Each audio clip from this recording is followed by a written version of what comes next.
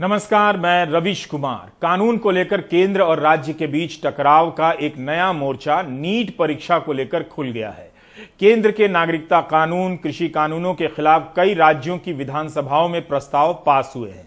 इस कड़ी में 13 सितंबर को तमिलनाडु विधानसभा में जब इसके खिलाफ बिल लाया गया, तब उसका समर्थन विपक्षी दल एआईएडीएमके ने भी कर दिया। एआईएडीएमके की सहयोगी बीजेपी ने विधानसभा में मतदान का बहिष्कार किया। पूरा राज्य नीट परीक्षा के सिस्टम से अलग होने पर अड़ा है। तमिलनाडु नीट परीक्षा से तभी अलग हो सकेगा जब राष्ट्रपति विधानसभा में पास इस बिल को मंजूरी देंगे। केंद्र सरकार के बनाए कानून से निकलने के लिए एक जरूरी प्रक्रिया है। इसी से जुड़ा एक किस्सा भी है। 2015 में जब बीजेपी के पास राज्यसभा में बहुमत नहीं था, वह भूमि अधिग्रहण बिल का संशोधन नहीं करा सकती थी, तब अरुण जेटली का एक बयान है कि राज्य सरकारें इस बिल को पास कर लें और केंद्र से मंजूरी ले लें, मतलब राष्ट्रपति मंजूरी दे देंगे। 2017 में भी तमिलनाडु विधानसभा ने इसी तरह का प्रस्ताव पास किया, तब भी मंजूरी नहीं मिली। 2016 में सुप्रीम कोर्ट ने आदेश जारी कर दिया कि मेडिकल की एक राष्ट्रीय परीक्षा होगी, लेकिन किसी को अंदाजा नहीं था कि इस एक आदेश से उस साल के आसपास मेडिकल की तैयारी कर रहे छात्रों के जीवन पर क्या असर पड़ने वाला था। एस अनीता तमिलनाडु में नीट की परीक्षा के विरोध का चेहरा है। एक दलित मजदूर की बेटी अनीता का सपना था डॉक्टर बनना। पढ़ने में काफी अच्छी थी। जिस साल पहली बार नीट की परीक्षा हो रही थी, उस साल अनीता को राज्य के बोर्ड में 98% नंबर आए। इस आधार पर उसे राज्य के किसी भी मेडिकल कॉलेज में नामांकन मिल सकता था, लेकिन नीट के कारण अनीता फेल हो गई। वह सुप्रीम कोर्ट आई कि नीट गरीब और गांव के छात्रों के खिलाफ है, तो याचिका खारिज हो गई। एस अनीता ने आत्महत्या कर ली। उसके बाद पूरे तमिलनाडु में विरोध प्रदर्शन भड़क उठे। किसी परीक्षा प्रक्रिया से अलग होकर भारत के इतिहास का यह प्रखरतम और मुखरतम विरोधों में से एक था।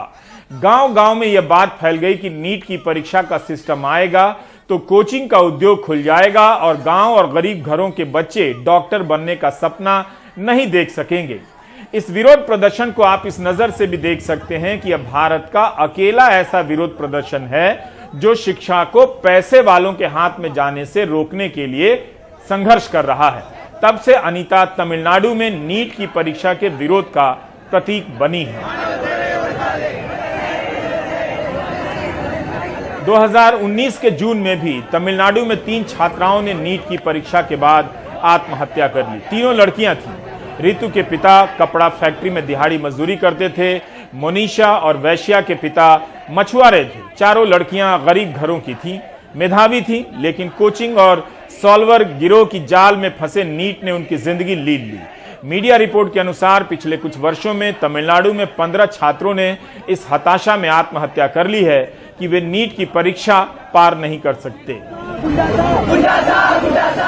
इसलिए नीट परीक्षा को लेकर तमिलनाडु का विरोध केवल राजनीतिक नहीं है।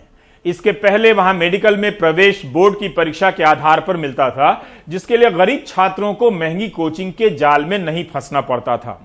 वे अपनी प्रतिभा के दम पर डॉक्टर बन सकते थे, लेकिन नीट ने उनकी दुनिया बदल दी। अक्टूबर 2019 में टाइम्स ऑफ इंडिया के चेन्नई ब्यूरो के ए रघुरमन ने लिखा था कि राज्य में नीट के कारण कोचिंग के 10,000 से अधिक ट्रेनिंग सेंटर शुरू हो गए। 500 करोड़ से भी अधिक का कारोबार हो गया है।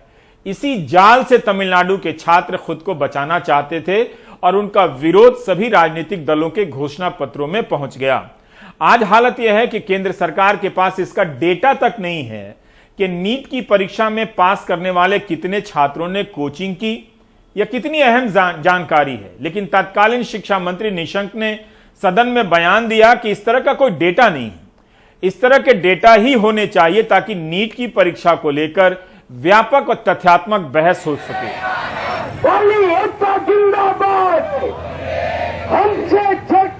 खबरों में आपने देखा होगा कि मुख्यमंत्री रहते हुए नरेंद्र मोदी ने नीट की परीक्षा की कल्पना का विरोध किया था, जिस तरह से जीएसटी का किया था।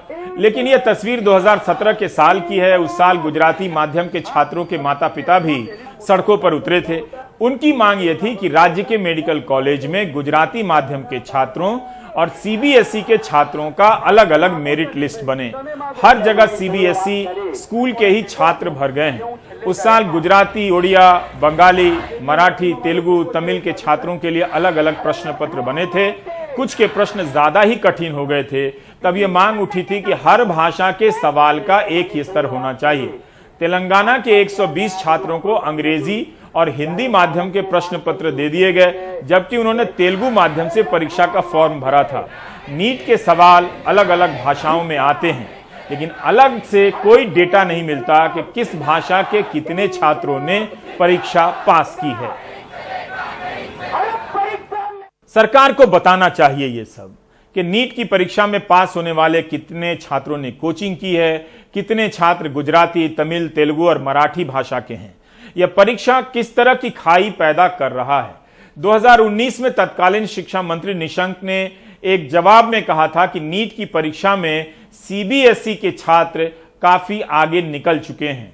वो बता रहे हैं, उनका आंकड़ा बता रहा है कि सीबीएसई से इस परीक्षा में भाग लेने वाले छात्रों में से 75.9% छात्र सफल हो गए। सीबीएसई के छात्रों की सफलता संख्या ज्यादा थी। राज्य बोर्ड से नीट में भाग लेने वाले 50.5% छात्र ही पास हो सके। तमिलनाडु की आशंका हवा हवाई नहीं है। वहां बहस का मुद्दा यही है कि नीट के कारण जो पैसा खर्च करेगा, परीक्षा वही पास करेगा। इस परीक्षा में बराबरी का अवसर नहीं है। जून महीने में तमिलनाडु सरकार ने हाईकोर्ट के रिटायर्ड जस्टिस ए.के. राजन की अध्यक्षता में एक कमेटी बनाई कि वो अध्ययन करे कि नीट की परीक्षा का क्या असर पड़ता है, खासकर पिछड़ी जातियों के छात्रों पर। उनकी रिपोर्ट बता रही है कि यह परीक्षा किस तरह गांव और गरीब घरों के छात्रों के खिलाफ है।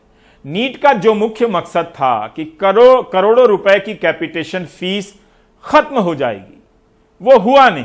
उसकी जगह पर अब रेगुलर फीस ली जा रही है। 50 लाख की जगह अब करोड़ रुपए लिए जा रहे हैं।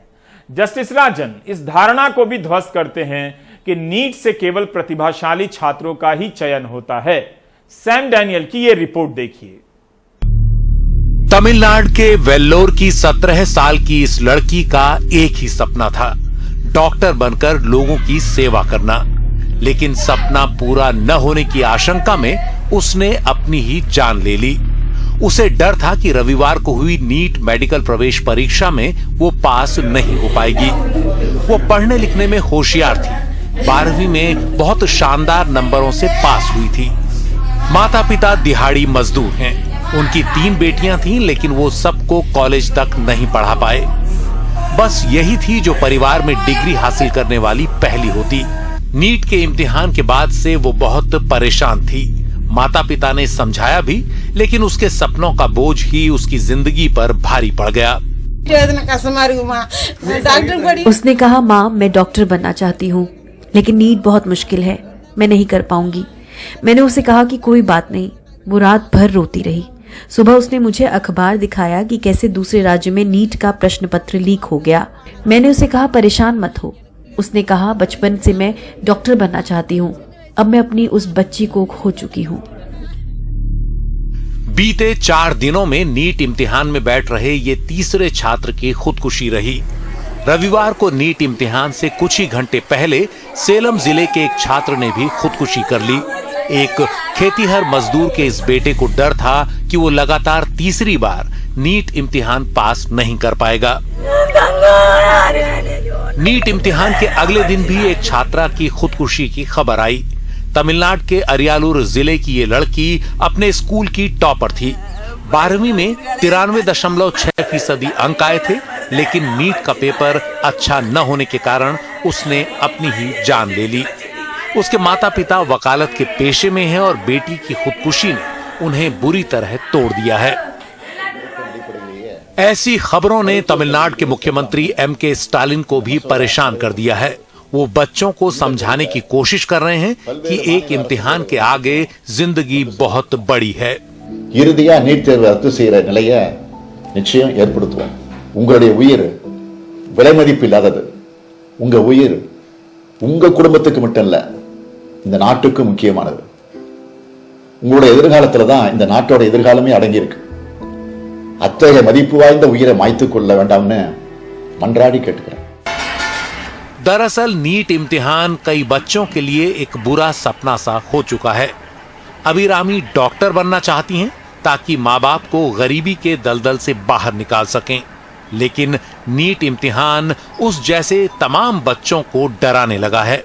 11th 12th 3 वर्षों में पब्लिक 10वीं 11वीं और 12वीं में अच्छे अंकों के बावजूद जब छात्रों को मेडिकल में प्रवेश नहीं मिल पाता तो वो सोचने लगते हैं कि वो इसके लायक नहीं हैं। कुछ को लगता है कि जिंदगी बेकार हो गई, उन्हें ऐसे लगने लगता है जैसे अब वो कुछ नहीं कर सकते। छात्रों की इसी परेशानी को देखते हुए तमिलनाडु सरकार ने नीट में बैठे सभी 1,10,000 छात्रों के लिए टेली काउंसलिंग अभियान शुरू किया है। इसके तहत सभी जिलों में कॉल सेंटर शुरू किए जा रहे हैं। छात्र 104 नंबर पर डायल कर अपनी परेशानी काउंसलर के साथ साझा कर सकते हैं। सरकार का लक्ष्य है कि अगले 15 दिन में वो सभी ऐसे छात्रों तक पहुंच जाए। तमिलनाडु सरकार जस्टिस राजन कमेटी की सिफारिशों के अनुरूप नीट की जरूरत को खत्म करने और 12वीं के अंकों के आधार पर मेडिकल में प्रवेश के पुराने सिस्टम को लागू करने के लिए एक बिल राज्य विधानसभा में पास करवा चुकी है। बीजेपी को छोड़ सभी दलों ने इस बिल का समर्थन किया, लेकिन दिक्कत यह है कि जब तक केंद्र सरकार सहमत न हो यह बिल लागू नहीं हो सकता।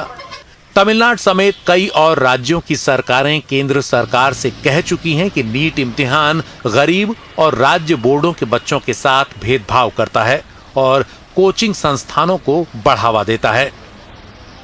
चेन्नई से सैम डेनियल की रिपोर्ट, एनडीटीवी इंडिया। सवाल यह भी है कि तमिलनाडु में पहले भी ट्यूशन सेंटर का जाल बिछा हुआ था। भले ही नीट के कोचिंग सेंटर नहीं थे, उसके कारण भी गरीब छात्र पिछड़ रहे थे। तो सारा मामला इतना सरल नहीं है। जस्टिस राजन का कहना है कि दूसरे राज्यों में विरोध इसलिए नहीं है कि उन्हें इसके खतरनाक परिणामों की जानकारी नहीं है। यही नहीं, आज तक इस परीक्षा में घोटाले और धांधली की खबरें आ रही हैं। हर साल नीट की परीक्षा में सॉल्वर गिरोह के पकड़े जाने की खबर आती है। किसी के बदले कोई और परीक्षा देता है, कोई और पास करता है। केंद्र सरकार आज तक 100% सुरक्षित परीक्षा छात्रों को नहीं दे पाई है। इसी महीने की यह खबर है। वाराणसी पुलिस ने एक सॉल्वर गिरोह को पकड़ा। मेडिकल अंतिम वर्ष का छात्र उसामा शाहिद, अभय कुमार मेहता भी पकड़ा गया। बीएचयू में बीडीएम की छात्रा जूली और उनकी मां को भी गिरफ्तार किया गया। जूली ने 2 साल पहले नीट की परीक्षा पास की थी। जूली किसी और छात्रा के बदले परीक्षा देने जा रही थी। खबरों के मुताबिक परीक्षा पास कराने के 5 लाख रुपए लिए गए थे। 2019 में मद्रास हाईकोर्ट को आदेश देना पड़ा कि राज्य के मेडिकल कॉलेज में एडमिशन ले रहे 4,250 छात्रों की फिंगरप्रिंट ली जाएगी, ताकि सत्यापित हो सके कि जो छात्र एडमिशन ले रहे हैं उन्होंने ही परीक्षा दी थी। उस साल 6 ऐसे मामले आए थे। नेशनल टेस्टिंग एजेंसी ना तो नीट और ना ही आईआईटी की परीक्षा को धांधली से बचा पा रही है। नीट की परीक्षा हो रही है और सॉल्वर गिरोह किसी के बदले किसी और को परीक्षा देने के लिए भेज रहा है। लाखों रुपए के लेन देन हो रहे हैं। तो छात्रों के मन में यह आशंका बैठी रहती है कि यह परीक्षा पैसे देकर कोचिंग करने वालों और पैसे देकर चोरी करने वालों के लिए भी है। अभी तक इसकी विश्वसनीयता को पुख्ता नहीं किया जा सका है। बुधवार को हमने पटना यूनिवर्सिटी के बारे में बताया था कि शिक्षकों के कई 100 पद खाली हैं। शिक्षकों के बगैर छात्रों के कई साल यूं ही गुजर जाते होंगे, उनका विकास नहीं होता होगा। जानबूझकर छात्रों को पीछे रखने का यह जुगाड़ है, जिसके लिए सरकार से लेकर वहां का समाज दोनों काफी मेहनत कर रहे हैं कि हमारे बच्चे आगे ना निकल जाएं। हमारे सहयोगी हबीब आज भी पटना यूनिवर्सिटी गए। यह साइंस कॉलेज बिहार के छात्रों का सपना होता था कि यहां पढ़ना। आज भी यहां पढ़ने के लिए वही सपना देखा जाता होगा, लेकिन अब वो साइंस कॉलेज नहीं रहा। इसकी खूबसूरत इमारतें किसी भव्य संस्थान का इशारा देती हैं, लेकिन भीतर की हालत बता रही है कि सरकार ने तय कर लिया है कि साइंस कॉलेज को भी डंप कर देना है, कूड़े में डाल देना है। साइंस कॉलेज के केमिस्ट्री डिपार्टमेंट का कितना नाम था, लेकिन आज इसकी प्रयोगशाला में छात्रों को सिखाने के लिए कोई शिक्षक नहीं है। छात्र खुद से ही कुछ कर लेते हैं। बाकी प्रयोगशाला की छत जर्जर हो चुकी है और जरूरी चीजें भी नहीं होती। नई यूनिवर्सिटी के नाम पर युवाओं में सांप्रदायिक जोश फैला देने वाले नेता कभी इन युवाओं को अपने साथ इन जगहों पर नहीं लाते जिन्हें थोड़ी सी मदद में बेहतर किया जा सकता था। साइंस कॉलेज में 1800 छात्र पढ़ते हैं, आधी लड़कियां हैं। कितनी मेहनत से लड़कियां पटना और पटना के साइंस कॉलेज तक पहुंचती होंगी, उन्हें पता भी नहीं होगा कि इस कॉलेज का साइंस खत्म हो चुका है। यहां पर शिक्षकों के मंजूर पदों की संख्या 91 है, लेकिन है 29 टीचर, 61 टीचर नहीं हैं। इनकी जगह 16 गेस्ट फैकल्टी हैं। हबीब की मुलाकात अभय कुमार से हुई, जो केमिस्ट्री विभाग में काम करते हैं और पटना विश्वविद्यालय के शिक्षक संघ के महासचिव हैं।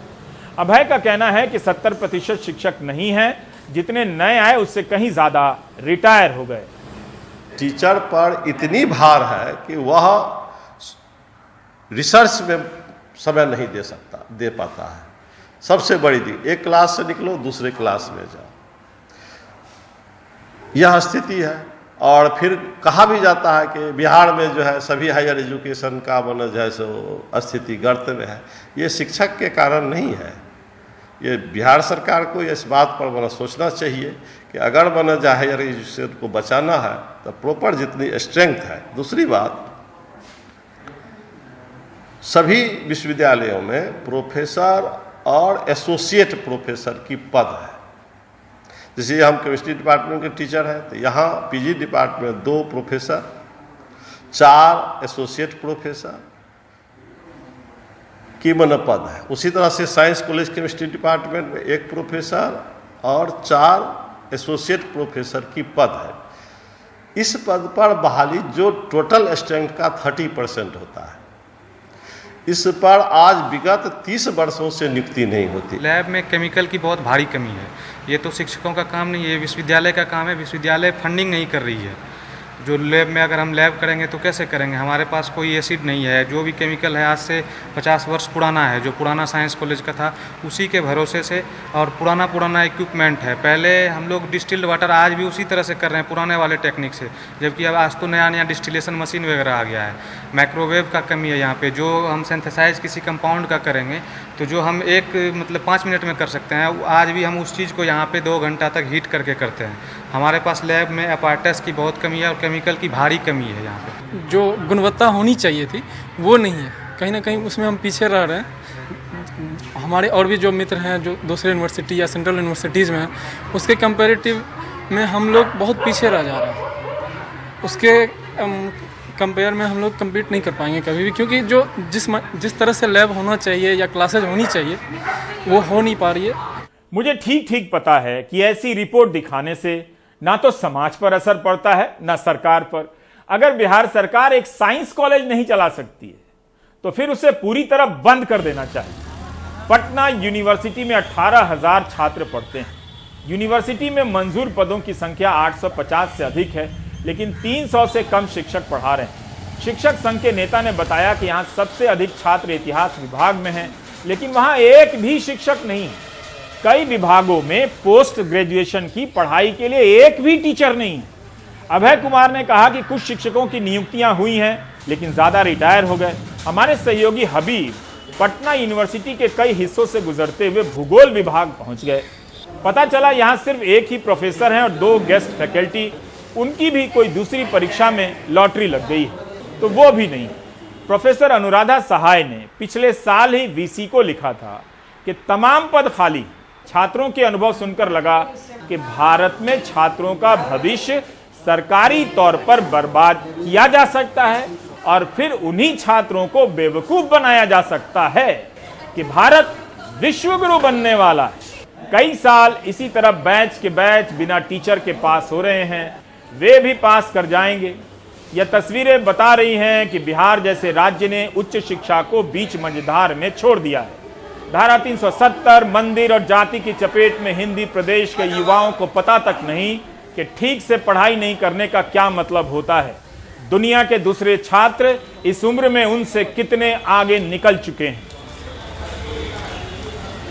लेकिन इंटीग्रेटेड डिपार्टमेंट होने के कारण, जैसे अंडर ग्रेजुएट का क्लास और एमए का भी क्लास होता है, पोस्ट ग्रेजुएट का भी, तो इसमें काफ़ी ज़्यादा और प्रैक्टिकल सब्जेक्ट्स है, तो काफ़ी टीचर की हमें ज़रूरत रहती है। हमको 7 टीचर की ज़रूरत है 7 पीजी में।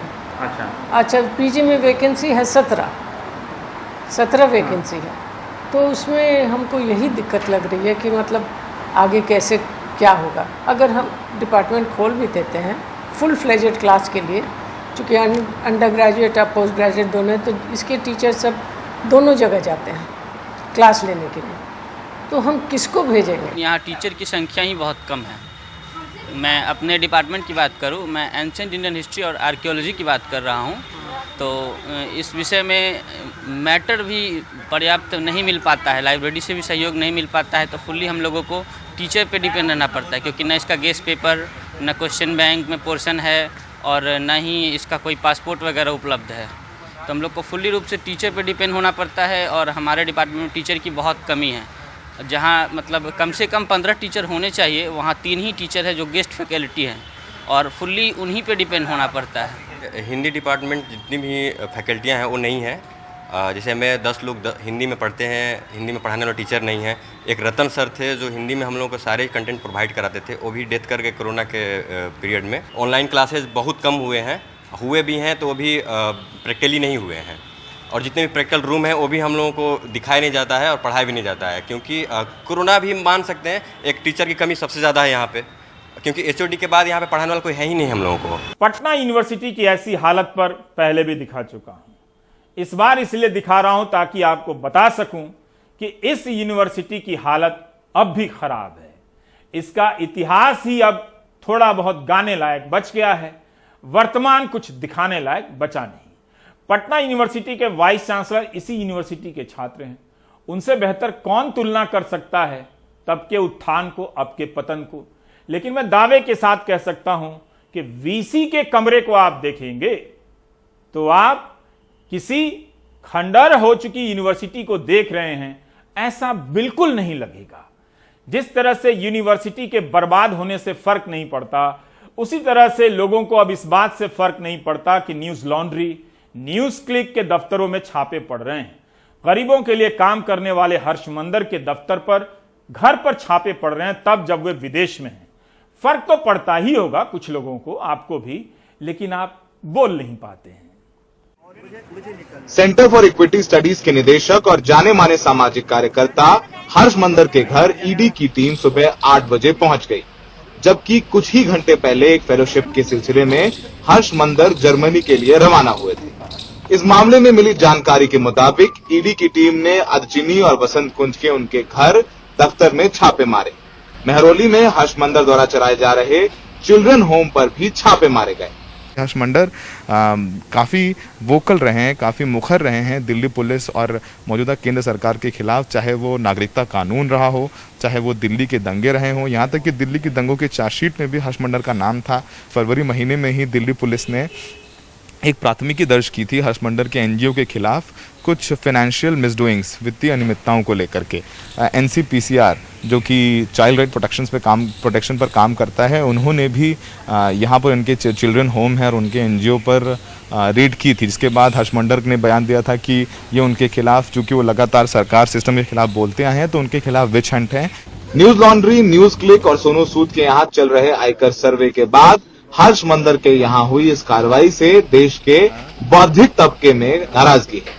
उनकी गिरफ्तारी के विरोध में एक हस्ताक्षर अभियान भी चल पड़ा है, जिसमें सैकड़ों लोगों ने अपने दस्तखत किए हैं। 2002 के गुजरात दंगों के बाद आईएएस से इस्तीफा देने वाले हर्षमंदर कई मोर्चों पर सक्रिय रहे हैं। उन्होंने सूचना के अधिकार की मुहिम में काम किया, यूपीए सरकार के समय राष्ट्रीय सलाहकार परिषद के सदस्य रहे। वो भोजन का अधिकार मुहिम में सुप्रीम कोर्ट द्वारा नियुक्त स्पेशल कमिश्नर भी रहे। पिछले दिनों उन्होंने कारवाने मोहब्बत नाम की मुहिम चलाई, जिसमें हर तरह की हिंसा के पीड़ितों के आंसू पोंछने का जज्बा था। उनके खिलाफ ईडी की कार्रवाई इसलिए भी सवालों से घिरी है। उधर बुधवार को 7 घंटे और गुरुवार पूरे दिन आयकर अधिकारी अभिनेता सोनू सूद के घर डटे रहे, लेकिन आधिकारिक तौर पर यह साफ नहीं हो पाया कि आयकर अधिकारी आखिर खोज क्या रहे हैं।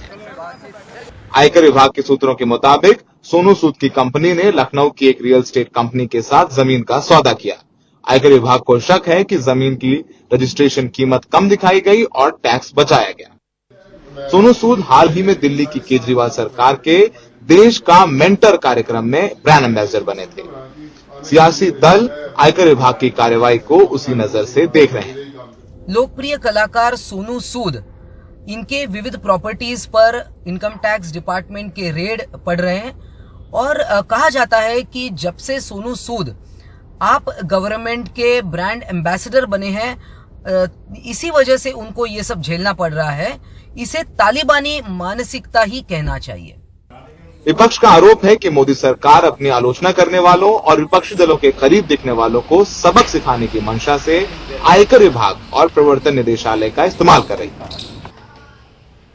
मुंबई में सौरभ गुप्ता के साथ दिल्ली में सौरभ शुक्ला, एनडीटीवी इंडिया। तमाम सामाजिक मानवाधिकार संगठनों ने हर्ष मंदर के यहां पड़े छापों की निंदा की है और उनके समर्थन में खड़े होने की प्रतिज्ञा दोहराई है। 2020 के अप्रैल मई महीने में जब पैदल चलते लोगों के लिए सोनू सूद आगे आए तो सबने देखा कि सोनू ने कितनी मदद की। जैसे ही सोनू सूद दिल्ली सरकार के कार्यक्रम के ब्रांड एम्बेसडर बने, उनके घर भी छापेमारी होने लग गई।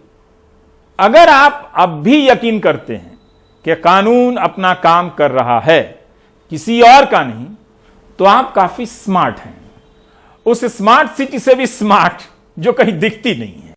ब्रेक ले लीजिए।